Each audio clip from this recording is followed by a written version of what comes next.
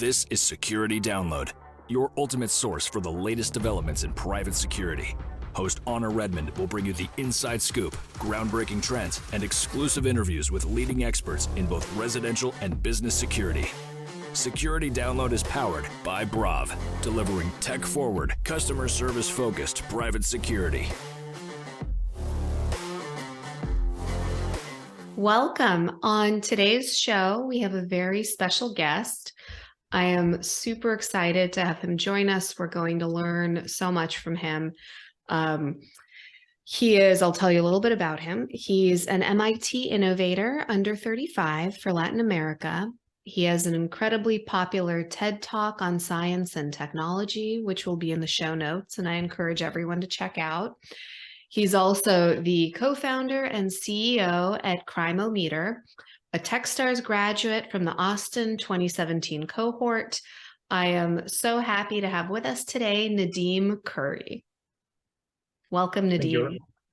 Thank you very much, and thank you for having me. Pleasure to be here. It is so great to have you, and we're so excited to have you join us. So I'm going to dive in with a question that I have always wanted to know the answer to, especially as I've been working on Brav and building out a lot of crime data. And specifically, that is, tell us what misconception people typically have about crime data. Right. So, I mean, I would say people usually would think or say that crime data is has a bias, or it's, maybe there might be like some racism associated with crime data or something like that.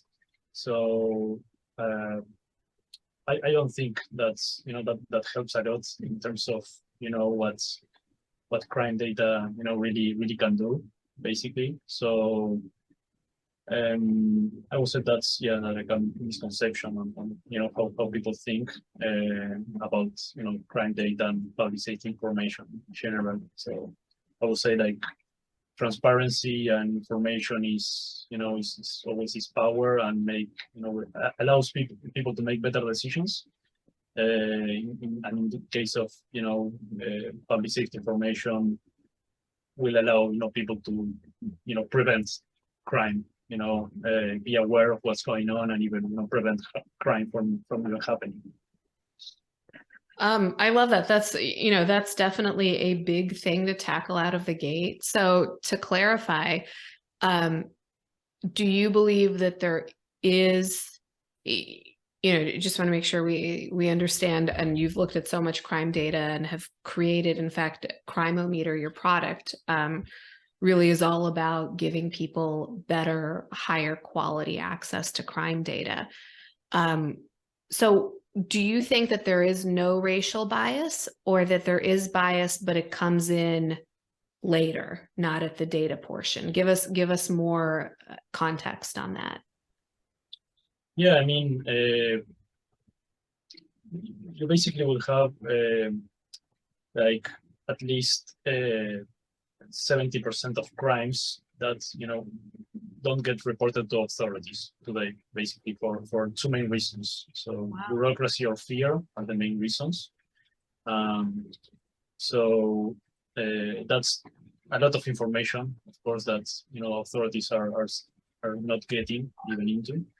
And for the remaining 30% that is reported to authorities, that's where people may say, like, in some communities or some specific for some specific locations, crime will go more reported or more unreported. So that's where the bias or racism could come in. But again, at the end, it's all about giving more transparency and giving people easy access to all of this information.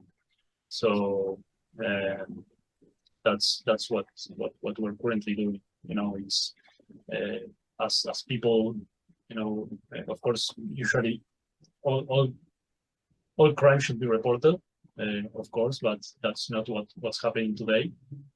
So we are starting with this problem basically to tackle this problem on that 30% of official reported crimes that today authorities are getting.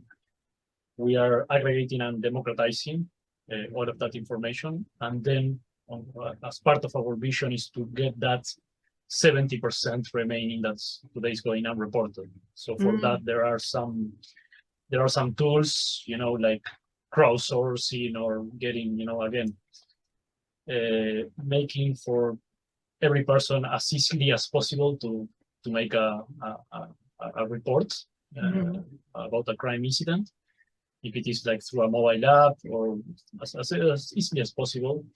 With that, everything like bias or racism or everything related to that will also, go away. So that's at least what we think and what's our vision.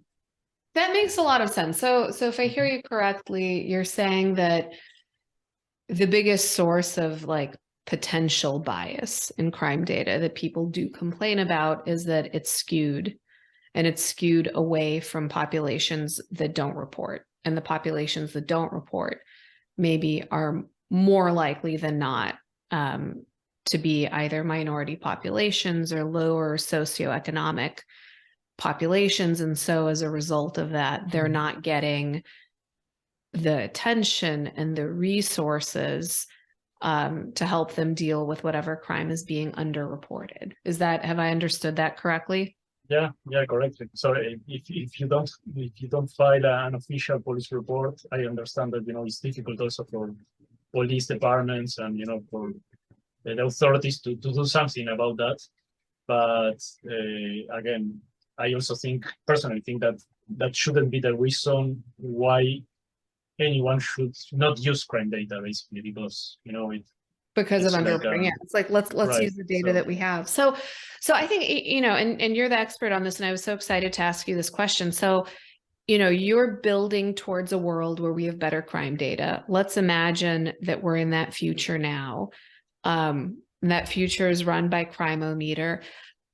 Give me some examples of how individuals can use that data that they are not using it today. And also, because a lot of what we talk about on this show are how enterprises and businesses can use private security and can hire private security and train and manage their private security systems in a better, more efficient, higher quality way. How do businesses use that data on an ongoing basis to improve their processes and to make themselves feel safer? Right, absolutely. So for the businesses and companies, it's basically for driving costs down, basically, or making better decisions. So we have seen industries like real estate, insurance, travel are some examples on industries where crime data is already being used, or they need this information for some reasons. Typical use cases we have seen is, for instance, real estate, where you're looking for a place to rent or live. So real estate companies want to provide this information to their customers and potential customers to make these better decisions. Insurance, of course, crime affects risk. So to avoid costs or avoid risk, insurance companies want to use this information to again risk assessment, basically, on exposure on their assets or customers. Do you see it changing behavior? So because I'm hearing there's a big part around accurately understanding your risk and then pricing that risk, right? Like decision making around that risk. What about either changing behavior or increasing safety? Yes, I mean, you mentioned like dynamic pricing for the insurance. That's something that is more common every day. and that could also, you know, change the behavior of the consumer, right? Because if I have a car, for instance, Mm-hmm. and I know that my car insurance will go up if I'm going to high crime risk areas, maybe in many cases I will try to avoid those areas, so I don't have an increase on my insurance cost. Mm-hmm. So that will be some examples of, you know, change in behavior, and at the end it will be better also for, you know, for me as an individual, because I will have access to that information, and also I won't pay more Mm-hmm. for something that I'm really not using. You know, if I don't even go out with my car, for instance, that will be better for me. That makes a lot of sense. And so then how do I use it as an individual to inform my decision making? So as an individual, you can use it like proactively or like a passive use. I would say a proactive use will be like you checking, you know, me as an individual going to check like what's the crime on a specific area, because again, the real estate use case, I'm looking to move to another place, or but I think there will be like a more like a passive use, where other companies will provide me with this information without me like even maybe like not asking for it. Mm-hmm. For instance, like let's say for instance Google, you know, today has, you know, Google have a lot of information today that, for instance, Google will send me some recommendations of places to go to eat at night near where I'm currently now, or where I have been. So and I didn't ask Google, you know, for that specific information. It's just Google understanding that I'm, you know, going out to dinner, so it will suggest me on some places to go. Mm-hmm. For crime data will be, in our vision, will be the same. You know, Google or any other company or ourselves will send you, a notification, for instance, if you're going to a high crime risk area, or you're leaving your car parked outside where a lot of car break-ins are going on. So, and that, we think like that will be like a total, you know, game changer, because it's really, really important and relevant, you know, information that at the end will produce the what we want to the effect that we want to produce. That is that once the information is known, and the people is aware of what's going on, you know, the criminal activity always have the same modus operandi in the same area at the same hours against unaware people. You know? So once the information is revealed and people is aware of what's going on, criminals will basically have two options: or they change that modus operandi in the area to do something different, or they need to move away to another area to do the same. And in both cases, the risk for them getting caught by the police is much more high. So that's why we really truly believe that having this information delivered in a timely manner to the individual have that result, you know.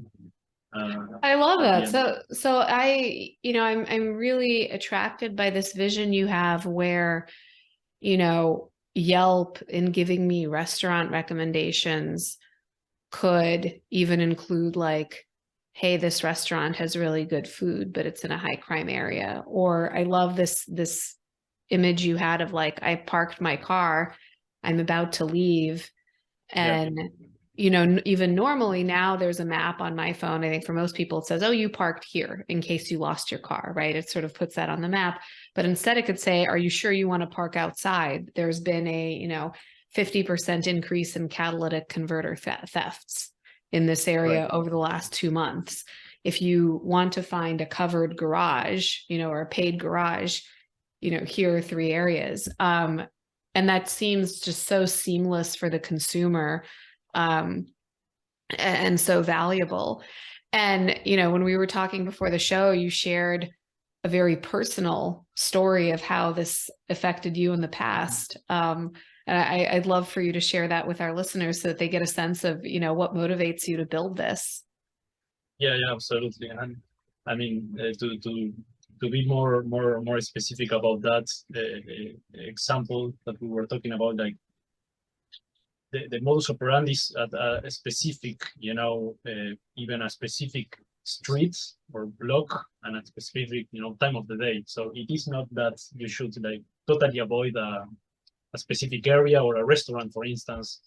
It's like you shouldn't be at this street at this hour of the day, because assaults are going on or car break-ins are going on. So there is a specific, modus operandi there. But at another day or at another, time of the day even, that will totally change. So that street could be totally safe, or I can, leave my car there. So that's an important thing to highlight. That's coming again to the bias, or like crime data will push people away from different areas. It's not like that. It's just, and that's the challenge. That the crime operates in a specific modus operandi and at a specific time of the day.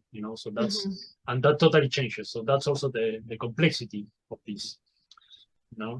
I'm talking about our personal experience. It's a funny fact today that we were visiting in Chile. So we are from Uruguay, both co-founders, and we were visiting in Chile as in an area that we were not familiar of. So travel, of course, is the most typical use case when it comes to crime data, because usually when you're traveling, you don't know the places where you're going. It's like the first time.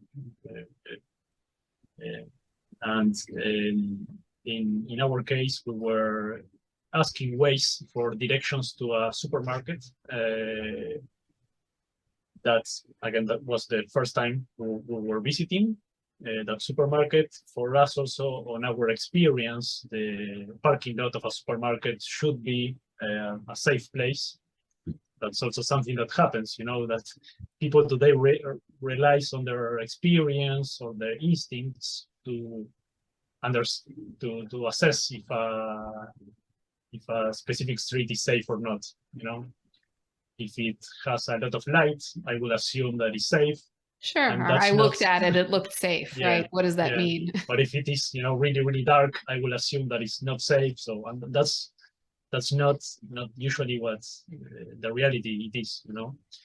So, well, for us it was safe because it was a supermarket parking lot. And when we came out with our groceries, an hour later, we had, our car window was broken into, and we got, stolen all of our property.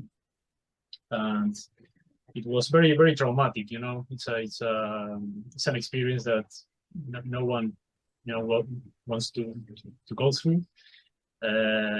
When we went inside to the supermarket to tell the employees over there what happened, they took out it was like a huge phone book full of reports. CrimeoMeter 1.0. That was the 1.0 version of your product. Exactly. So 5 minutes earlier, there was another report, was exactly the same. And most probably like 5 minutes later, it will be another, report from a different, person or group of people. Again, the criminals are just waiting there for the right time. It's always the same modus operandi. So they stick to the same because it works for them, and once they need to change that is where the exposure and the risk for them is increased. That's what we are trying to accomplish with the transparency and making all of this information as easily accessible as possible. That's I was going to say that's a great story, which isn't what I mean. It's obviously an unfortunate story, but it's so hand in glove with what you're building. And in particular, because if I remember correctly, you had already launched, right? You hadn't yet come out with the product for that area, obviously, because otherwise you would have known, but you were already working on aggregating this data and presenting it. Right. And that leads me so nicely actually into my next question. This is something that I've always wondered about. You look at crime data, and even today, if you find it through your local police department, the thing that I'm always stumped by is I don't really have a good baseline. And so if I see there were 5 carjackings in Santa Monica, for example, the city where I live, it's very hard for me to tell, is that a high number of carjackings? Is that a low number? And what do you compare it to? Do you compare it to carjackings in the past month, to carjackings per 100,000 people? Is it the certain time of day? And so you now are in the position where you've had an opportunity to just immerse yourself in this data for years. So the first of my data expert questions is help us make sense of it. Let's say I leave this conversation and I pull up CrimeoMeter and I look up the crime data that's local to me. Help me interpret it. Yeah, absolutely. So you should always consider and take into account a normalized value, for instance, just to understand if it is high or low. So for that, what we have been doing as a starting point is we currently provide what we call a crime safety index on any given area, considering all the information that we're gathering. That's basically a value between 0 and 100, being 50 the national average. So we normalize that value considering basically the total crimes on that given area and also the population of that given area. So that's we normalize that value. So if you have a crime safety index below 50 will be below national average, and if it is above 50 will be above national average. That's really, really helpful to understand, 20 car break-ins in this area, what does that mean, and with that, the crime safety index, you can make that decision. And how do you drill down on that? And maybe this is, if this is still in process or you guys are still building, that's fine and great too. But how do you parse that? Because, when I look at that, I think that's all crime, right? That's anything ranging from, a carjacking to, I got into a heated argument with someone at the corner and they tried to punch me, but they missed. I don't know what maybe that's assault or attempted assault or something, to murder. Right. And I guess my question is, how do you, as a user, figure out what parts of that index are actually genuinely concerning to you? Yeah, and the concept is the same. You can do that overall, like a calculation overall, or you can just calculate based on a specific set of type of crimes. So so you can do the 0 to 100 just for carjackings, or 0 to 100 just for okay. So the concept is the same. Yeah. Okay. So for instance, if I'm looking for a place to live, maybe I want to consider everything. If I want to leave my car parked outside, I will only consider car break-ins. If I'm walking, I want to only consider assaults, maybe. So that's some examples. Yeah. So it's important to know. And then do you normalize that based on city versus rural, right? Because and this is a total guess, I could be wrong here, but I would bet there's no city in the US that's below 50, right? Because if it's an average, you assume that you're adding up all these little towns that have no one, plus New York City and Los Angeles and San Francisco. If I'm just looking at the 0 to 100 and trying to get below 50 or at 50, maybe I would say I would never live in a city based off of that. Do you have a version of that that's just for very populated areas? No, in our case, this could be like very, very specific. So you will query like a specific location, like an address, and you will give us like a radius, like a distance around that, like 1 mile, 2 mile, or half a mile, for instance, around that location. So it's not like at city level. You will do this at very, very specific level. So yes, of course, you can have values of below 50 or 0 even, if you don't have any city. Yeah. I mean, if you don't have any within like 5 blocks or 10 blocks. Oh, I see what you mean. Yeah. So you look at the micro location, which, maybe still doesn't help you if you're in New York in a huge high rise and everything's crammed together, but that makes a difference. So that's super fascinating. And I'll get a little bit higher level now, because I feel like I could go another 20 minutes just asking you the detailed questions. But now that you've had all of this depth of experience with crime data, what surprised you? Did anything float to the surface where you were like, that is so weird, I would have never have expected that to be true? I'm not sure if for crime data, like anything interesting or unusual that you've learned. I mean, again, I will say like the most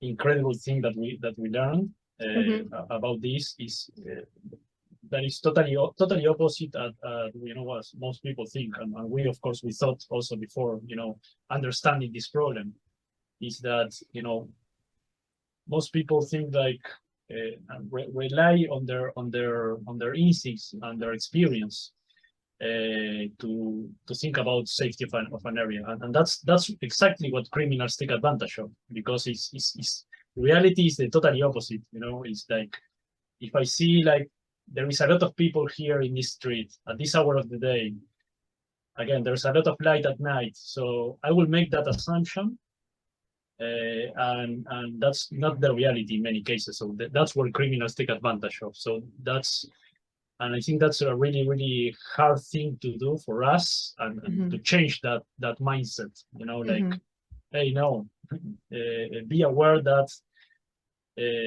what you think is not usually like what reality is. So also example with big companies like Waze or again Google, like with navigation systems, going through high risk areas. When I'm asking directions to Google Maps or to Waze, I'm also assuming that that route should be safe, and that's not the case in some cases. So, and we have seen some sadly news, like people getting shot or even killed. In countries like Brazil, in Rio de Janeiro, or in Mexico, for those for people using those services. That's incredible, because we're talking about big companies like Google. So it's crazy. It's crazy, and that's what is really amazing for us, and why every step we make, it's basically confirms that we are going in the right direction. Yeah, and it gives you this massive platform and opportunity. And you work around the world, which is one of the things that I find so interesting. Do you have a sense of whether we treat crime differently in America than in other parts of the world, based on the reactions that you get from your clients, based on what they're asking you? What are some of the differences? I can do some like quick comparison between like America, the US, and Latin America. Yeah, I'd love to hear that. Yeah, we are from Latin America, so so in Latin America, we haven't seen like any publicly available information at all regarding public safety or crime data. So police departments are not sharing this publicly as it's happening in the US. So that's also a big issue, for, again, because of the power of all of this information. And that's what criminals, take advantage of. So that's great for the US, to have this at least starting point where, and that's where we're starting also, to provide this first layer of value to aggregate and standardize this information. So also in the US, many cases like the people will have more confidence in the police than Latin America. And Latin America, in many cases, like those two main factors that I mentioned, bureaucracy and fear, for not making the official crime report to authorities, are also the most common use case in Latin America. In Mexico, for instance, we have seen that number to be more than 90% of crimes goes unreported, and the main reason will be like a fear, because in many cases police is has a lot of corruption. In many cases will be like even like working with the criminals as well, so very big deals and issues around that. So is the 70% the 70-30 number, is that global or is that the US number? You said it's 90-10 in Mexico. No, mostly global. Global, could be a bit up, as I mentioned, 90 in Mexico, but in the US it will be around that, like 70-30. Around 70-30. In many places, so it will be, we have seen in many cases like authorities in the US also doing reference to that number, Okay. So the 911 calls are also, in many cases, like more than 80% would be like non-relevant or even like jokes or something like that. So 80% of relevant, calls to the 911 is also a crazy number. That's,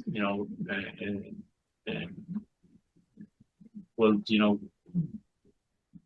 produce a lot of inefficiencies on the system. So that's also why we also think that, like, at the end, information is power, and will help to be more efficient on every sense.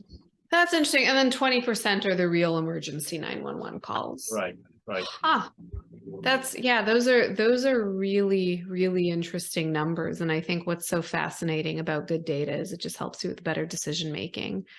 So let me ask you this. You're in the weeds of this big security transformation. You're providing the highest quality data that's available in the industry.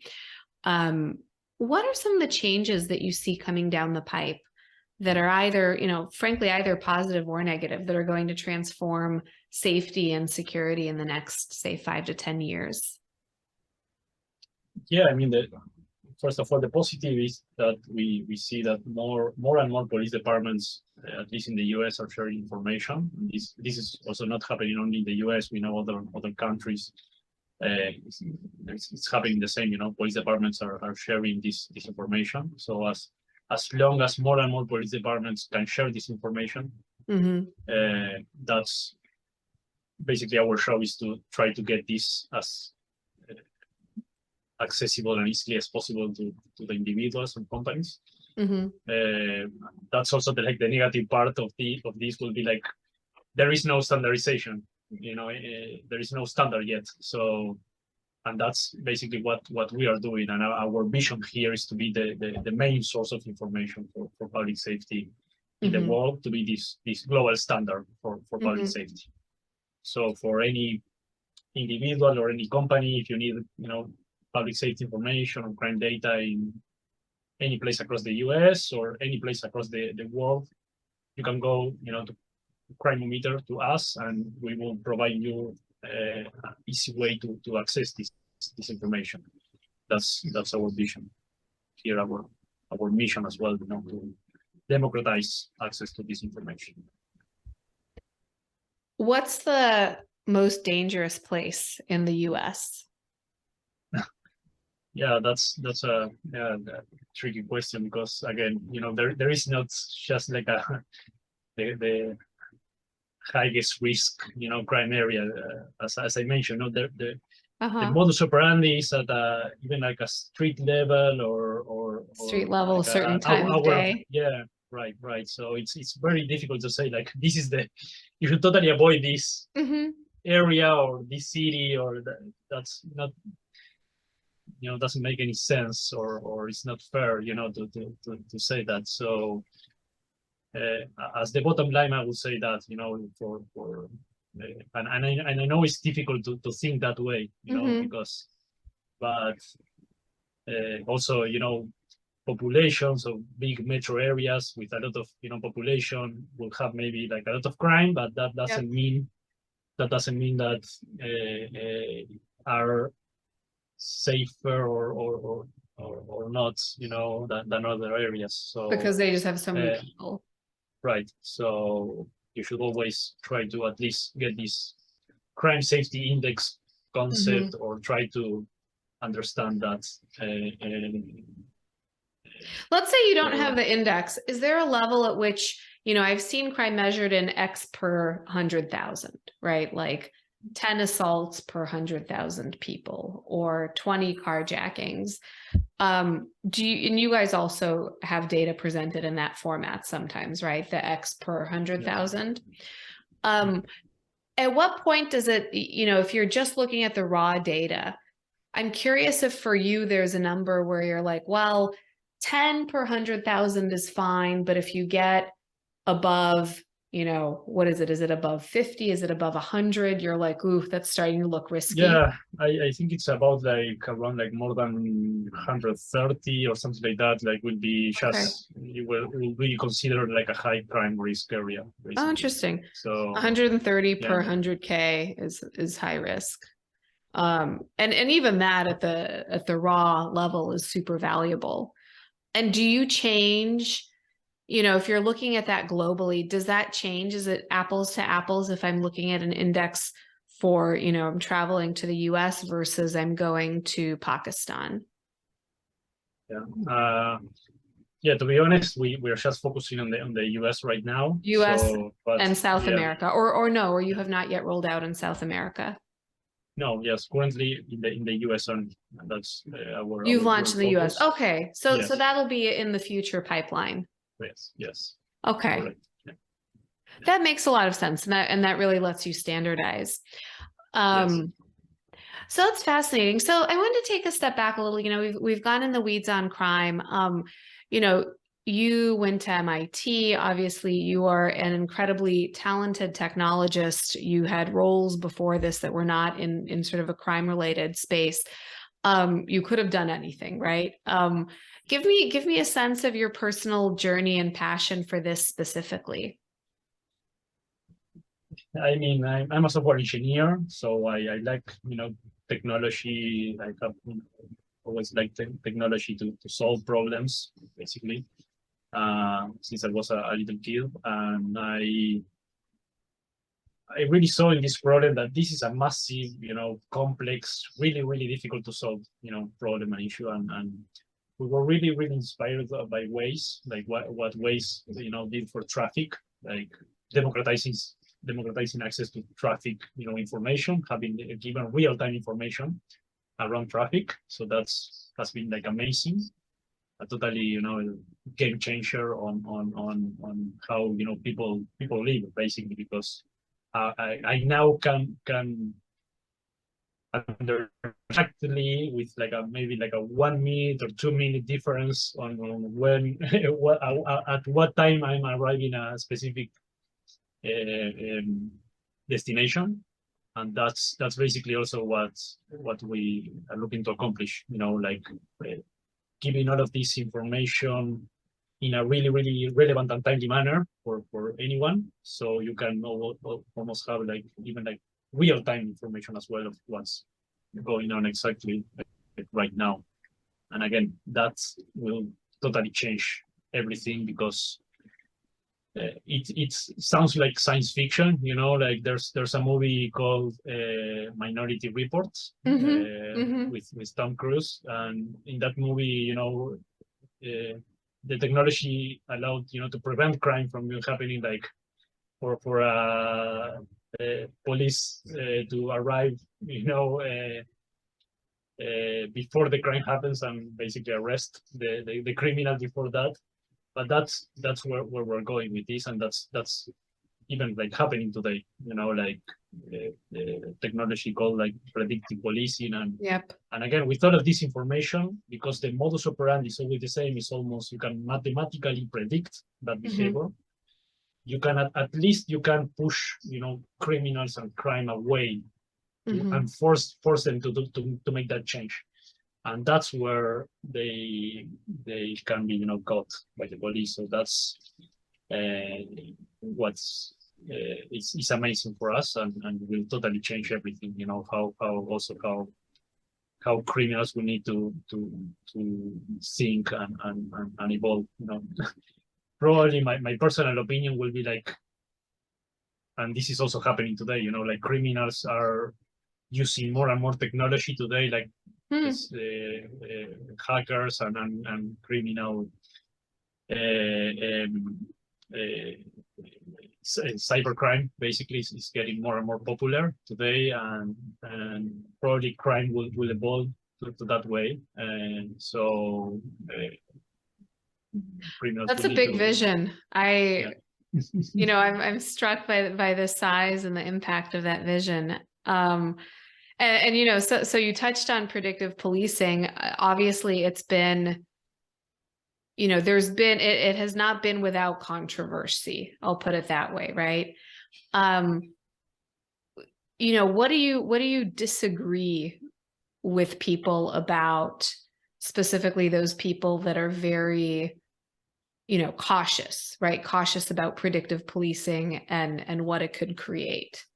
And you're obviously a data person and you understand the science behind it. So give us a sense of the options there that we're working with. Yeah, again, this could be like related to the what we talk about, like the bias or the racism that we talk about. And again, I mean, the bottom line, for at least for us, it is that it's always better to have, you know, something or some information than nothing. And the result is the bottom line is how you use that, you know, how you use that information, how you apply technology, how you use technology to your advantage, basically. And again, that should be the reason, you know, to do something about this. You know, you shouldn't say like, oh no, because this is maybe, you know, some bias or something like that. We won't use this, you know, like for us it's totally the opposite. Just take whatever you have today and try to do, you know, the best you can with that. You know,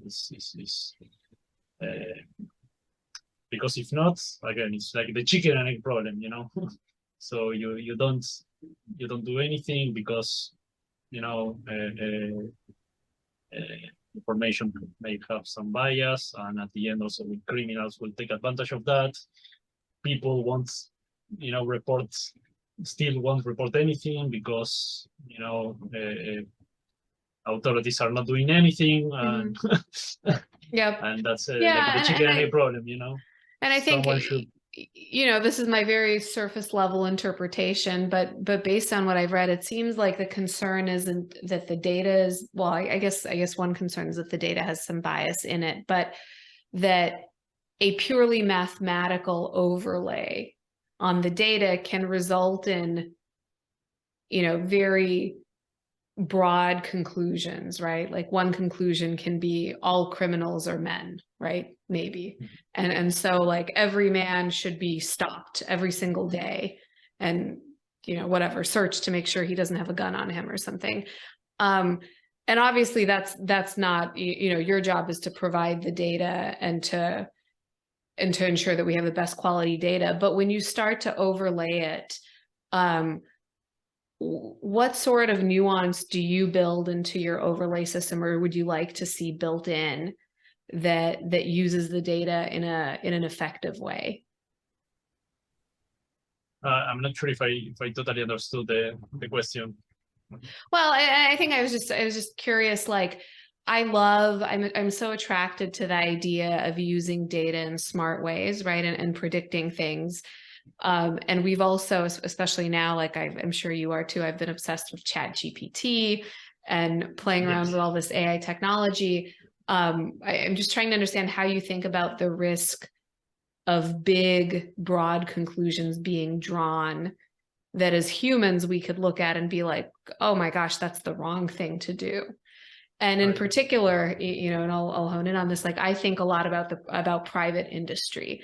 And in the public sector, you could argue that there's a lot of oversight, but a private company pulling in your data and saying, we have a large corporate campus, or we have something like, let's use predictive, not policing, but predictive technology to figure out how to operate our security forces. Like what are the areas of caution? How do we get to the point where we're smart about how the data is being interpreted? Right. Yeah, you mentioned like in many cases this technology is being used today by many private companies, and usually private companies have a more like proactive